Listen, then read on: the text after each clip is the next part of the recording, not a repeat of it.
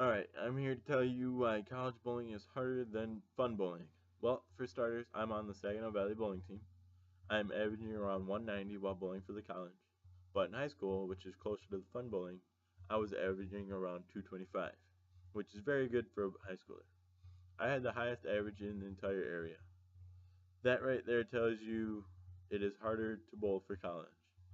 I have gone to the college bowling tournaments, so I am very great understanding on very on how difficult it really is, and how much harder it is from fun bowling. For example, it's like any other sport. There's different types of patterns, different balls work on certain laying conditions, and you have to be very consistent in college to bowl. Like I said, it's like any other sport. It deals with tons of pressure. For example, 2 weeks ago, I went down to Columbus, Ohio for a tournament. My team was facing Michigan State. I was up. MSU already had finished their game, and I needed to strike out to win the match, which means get 3 strikes in the 10th. I throw the first ball, and it was a beautiful ball, and pins go everywhere, and I get the strike, which is kind of nice. Sigh of relief. I just need two more.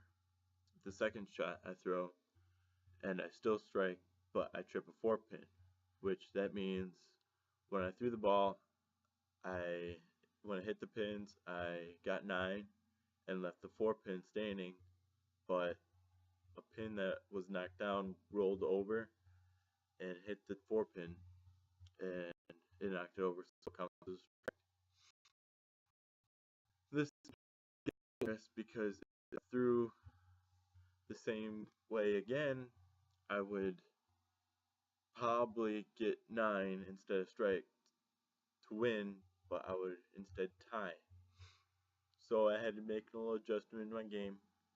I moved a little left to throw it because if I threw it in the same spot, it would be bad. So I threw it. It felt good on my hand, and it's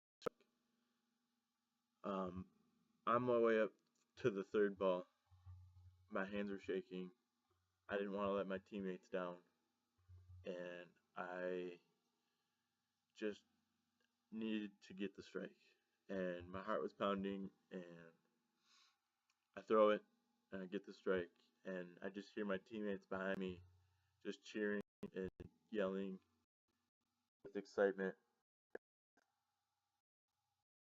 Michigan State, which is a very good bowling team,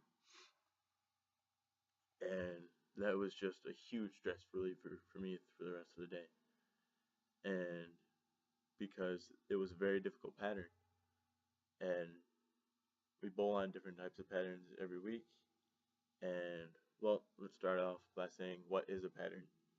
A pattern is where and how the lane is oiled out. When the oiling machine goes down, spreads out the oil. There could be very difficult patterns, and there could be the most easy, which is the house shot. And that is where the house bowlers or the fun bowlers go.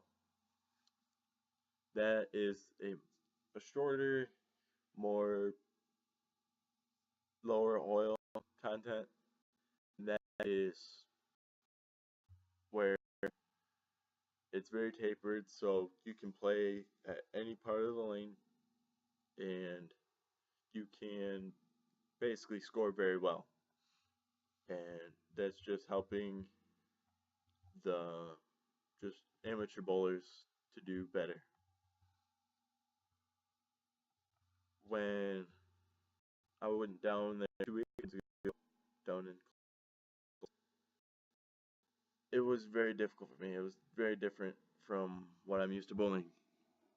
I started at 7:30 and I got done at 4:30. That is a lot of bowling, and that dries up the lanes very much. Because when you throw your ball down there, your ball soaks up the oil, and it's very difficult to do, and it dries up the lanes. So you have to move farther left because your ball hooked more. and I've never hooked the ball as much as I have in my entire life. I was standing in front of the ball return. That is where you get your ball when the ball comes. I was standing in front of that, playing out, and come back. And it's very difficult to be able to read the lanes when you first start out. And because most people, when they go up and look at the lane, it just like some other lane. But you can really see how the oil is laid out. You can see where it ends and where it tapers down to have not as much oil, and that is where you want your ball to go, right where those 2 points match. And it's difficult to do for an fun bowlers that do that, and it's very difficult to be able to project your ball there and figure out how to line yourself up so it gets to where it needs to go. And you'll need different balls for those. And different balls read on lanes differently. If you have a ball, it can go long before it curves, it can go short before it curves, and it can go smooth. That means it's in between. And I personally have 7 balls, which do different things, curve at different times, and you basically need that to be able to be successful in this college bowling. And it takes somebody to get used to where they need to be able to throw the right equipment.